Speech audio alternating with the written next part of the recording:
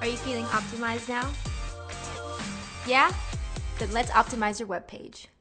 The main way to do that is make awesome shit that people like consistently.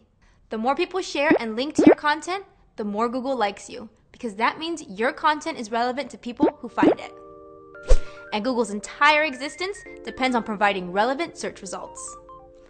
Good content means it's well written, easy to read, with no spelling errors or grammatical mistakes. I know it's a lot to ask from the texting generation, but come on, people. It's lose, not loose. Your, not your. Optimize heading tags the right way. Include keywords in these tags you want people to find your site with, but don't go overboard. Like if we were optimizing for a sexy ghost costume, we would make that the H1 for the main header of a page. Headers identify important text for site readers, and search engines feel the same way. The multiple types of headings help create a hierarchy of importance on the page and should be used in a cascading fashion. So don't have a bunch of H3s and no H2s. When writing headings, make it like an outline. And don't put a bunch on the page. Use them sparingly. How about images? Here's an image of me.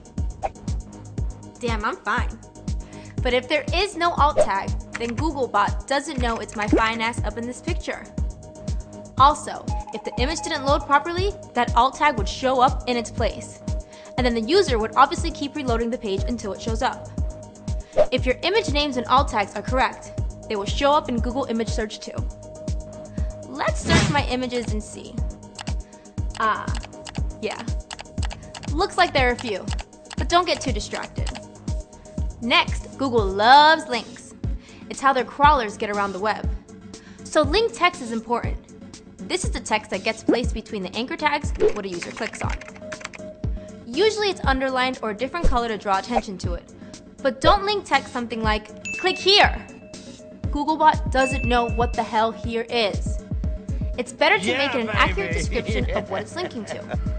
So if we wrote a blog about sexy ghost costumes and wrote, check out our sexy ghost costumes, click here, and only linked click here, that would be incorrect. We want the link to be sexy ghost costumes instead. A few more rules for content are, don't duplicate. Google hates this.